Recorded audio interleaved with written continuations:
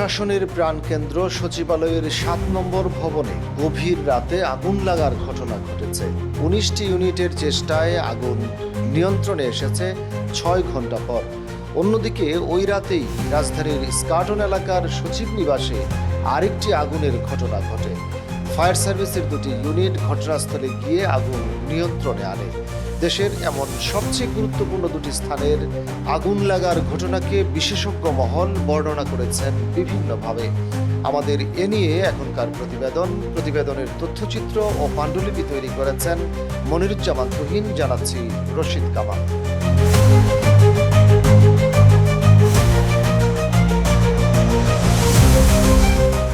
প্রশাসনের প্রাণকেন্দ্র সচিবালয়ের ৭ নম্বর ভবনে গভীর রাতে লাগা আগুন নিয়ন্ত্রণে এনে ফায়ার সার্ভিস ও সিভিল ডিফেন্স অধিদপ্তরের মহাপরিচালক brigadier general Mohammad Zahed Kamal press briefing করেন। তিনি বলেন, রাত ১:৫২ আমরা মেসেজ পাই সচিবালয়ের ৭ নম্বর ভবনে আগুন লেগেছে। ১:৫৪ মধ্যে আমাদের ইউনিট পৌঁছে যায়। এ পর্যন্ত এখানে ১৯টি ইউনিটের ২১১ জন আমাদের সদস্য আগুন নিয়ন্ত্রণে কাজ করেছে। আপনারা সবাই জানেন, আজকে ভোর ১:৫২ সময় আমরা সিদ্দিক বাজারে মেসেজ পাই যে সচিবালয়ের ৭ নম্বর ভবনে আগুন ধরেছে। সাথে সাথে আমাদের ১:৫৪ মধ্যে এখানে আমাদের ইউনিট পৌঁছে যায়। জাহেদ কামাল বলেন, ফায়ার সার্ভিসের বড় গাড়িগুলো ঢোকাতে না পারায় কাজে ব্যাঘাত হয়েছে। সামনের গেট ভেঙে ২টো গাড়ি ঢুকিয়েছি। ৬, ৭, ৮, ৯ এই ৪টি তলায় আগুন ধরেছিল। আগুন নিয়ন্ত্রণে এসেছে শুক্রিয়া। এই পর্যন্ত আমাদের এখানে ১৯টা ইউনিট নিয়োজিত করা হয়েছে, বাট এর মধ্যে আপনার 10টা ইউনিট ফিজিক্যালি কাজ করেছে, কারণ এখানে গাড়ি প্রবেশে কিছু সীমাবদ্ধতা আছে। বিশেষ করে বড় গাড়িগুলি ঢুকানো কঠিন ছিল, বাট আমরা আমাদের বড় যে লেডার যেগুলি আছে, এপিএল যেগুলিকে বলি, সেগুলিকে এখানে সামনের গেট ভেঙে আমরা 2টা গাড়ি ঢুকিয়েছি এবং বর্তমানে আমরা আগুনকে কন্ট্রোলে নিয়ে এসেছি। তিনি বলেন, আগুন লাগার প্রাথমিক কারণ এখনো আমরা বের করতে পারিনি। আমরা যতটুকু জানতে পেরেছি, সচিবালয়ের ৭ নম্বর ভবনের 3টি জায়গায় একসাথে আগুন দেখা গেছে। যখন স্পার্কিং হয়, যদি বিদ্যুৎ লাইনের শর্ট সার্কিট হয়, এটা হতে পারে। তদন্ত না করে এ সম্পর্কে কিছুই বলা যাবে না। বর্তমানে আমাদের ফায়ার ফাইটাররা দালানের ভিতরে কাজ করছে এবং প্রতিটা রুম সার্চ করে করে আগুন নিভানোর ব্যবস্থা করেছে এবং মোটামুটি এটা প্রায় শেষের দিকে। রাতে আগুন লাগার পর কালো ধোঁয়ায় ঢেকে যায় পুরো সচিবালয় এলাকা।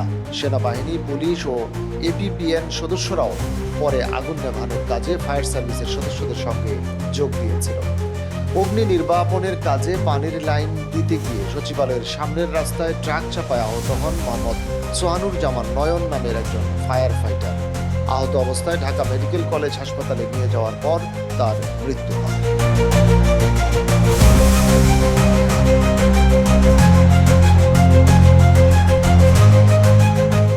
সচিবালয়ে আগুন নেভাতে গিয়ে নিহত ফায়ার সার্ভিস কর্মী সোহানুজ্জামান নয়নের বাড়ি রংপুরের মিঠাপুকুরে চলছে শোকের মাতম। সন্তানের মৃত্যুর সংবাদ জানার পর থেকে কাঁদতে কাঁদতে বারবার মূর্ছা যাচ্ছেন তার মা নার্গিস বেগম। সন্তান বিয়োগের ব্যথা সইতে না পেরে নিজের মুখ চাপড়ে আহাজারি করছেন মা। আয় কর্ম করার ছেলে তো একটাই, আর তো আর কর্ম করার ইয়ে নেই। তার উপর অনেক আশা ভরসা ছিল আমার।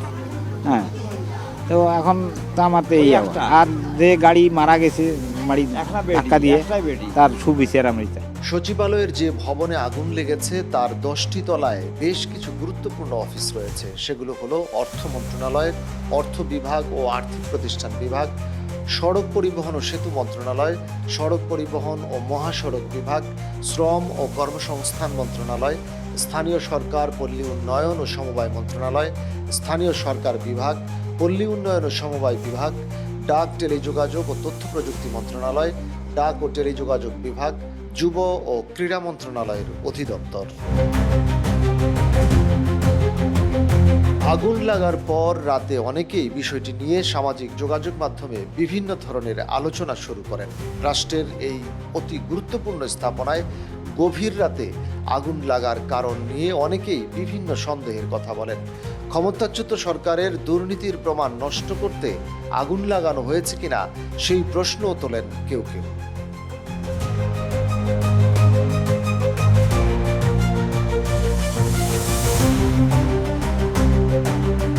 অন্যদিকে সচিবালয়ের ৭ নম্বর ভবনের পুড়ে যাওয়া ৬ তলা থেকে ৯ তলা পর্যন্ত 4টি ফ্লোরের মধ্যে আছে স্থানীয় সরকার, পল্লী উন্নয়ন ও সমবায় এবং যুব ও ক্রীড়া মন্ত্রণালয়ের উপদেষ্টা আসিফ মাহমুদ সজীব ভূঁইয়ার 2টি মন্ত্রণালয়।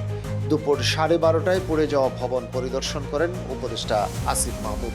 এ সময় তার চোখে মুখে বিষণ্ণতার ছাপ দেখা যায়। ভবন পরিদর্শন শেষে দুপুর 12:43 নীরবে সচিবালয় ত্যাগ করেন তিনি। 5টি মন্ত্রণালয়ের নথি পুড়ে গেছে। এর মধ্যে আমাদের ডাক টেলি যোগাযোগ বিভাগ হচ্ছে আংশিকভাবে ক্ষতিগ্রস্ত হয়েছে। শ্রম ও কর্মসংস্থান মন্ত্রণালয় ক্ষতিগ্রস্ত হয়েছে। যুব ক্রীড়া এবং স্থানীয় সরকার, পল্লী উন্নয়ন ও সমবায় মন্ত্রণালয়, এছাড়াও রোডস অ্যান্ড হাইওয়ে সেটাও ক্ষতিগ্রস্ত হয়েছে। এই রোডস অ্যান্ড হাইওয়ে ডিভিশন হচ্ছে ডাক টেলি। এর আগে সকালে সামাজিক যোগাযোগ মাধ্যম ফেসবুকে নিজের আইডিতে দেওয়া এক স্ট্যাটাসে আসিফ মাহমুদ বলেন, স্থানীয় সরকার, পল্লী উন্নয়ন ও সমবায় মন্ত্রণালয়ের বিগত সময়ে হওয়া অর্থ লোপাট, দুর্নীতি নিয়ে আমরা কাজ করছিলাম। কয়েক হাজার কোটি টাকা লুটপাটের প্রমাণও পাওয়া গিয়েছিল। আগুনে কী পরিমাণ ক্ষয়ক্ষতি হয়েছে এখনও জানা যায়নি। তবে আমাদেরকে ব্যর্থ করার এই ষড়যন্ত্রে যে বা যারাই জড়িত থাকবে তাদের বিন্দু পরিমাণ ছাড় দেওয়া হবে না। এদিকে সচিবালয়ে আগুন লাগার কারণ খুঁজতে 7 সদস্যের কমিটি গঠন করেছে মন্ত্রিপরিষদ বিভাগ। বৃহস্পতিবার মন্ত্রিপরিষদ বিভাগ থেকে এ সংক্রান্ত অফিস আদেশ জারি করেছেন। এদিকে ওই রাতেই আরও একটি গুরুত্বপূর্ণ স্থানে আগুনের ঘটনা ঘটে। সেটি রাজধানীর ইস্কাটন এলাকার সচিব নিবাসে। ফায়ার সার্ভিসের 2টি ইউনিট ঘটনাস্থলে গিয়ে আগুন নিয়ন্ত্রণেও এনেছে। ফায়ার সার্ভিসের মিডিয়া সেলের কর্মকর্তা আনোয়ারুল ইসলাম দোলন এ তথ্য নিশ্চিত করেছেন। তিনি বলেন, বুধবার রাত 8:20 দিকে আমাদের কাছে সংবাদ আসে ইস্কাটন গার্ডেন রোডে অবস্থিত সচিব নিবাসের 20 তলা ভবনের 4 তলার একটি বাসার রান্নাঘরে আগুন লেগেছে। পরে সিদ্দিক বাজার ফায়ার স্টেশনের 2টি ইউনিট গিয়ে আগুন নিয়ন্ত্রণে আনে। প্রাথমিকভাবে আগুন লাগার কারণ এখনো জানা যায়নি।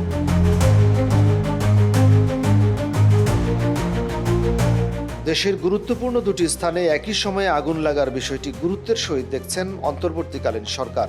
এ বিষয়টিকে গুরুত্ব দিয়ে প্রধান উপদেষ্টার বাসভবনে সচিব ও উপদেষ্টাদের নিয়ে প্রধান উপদেষ্টার সাথে আলোচনাও হয়েছে।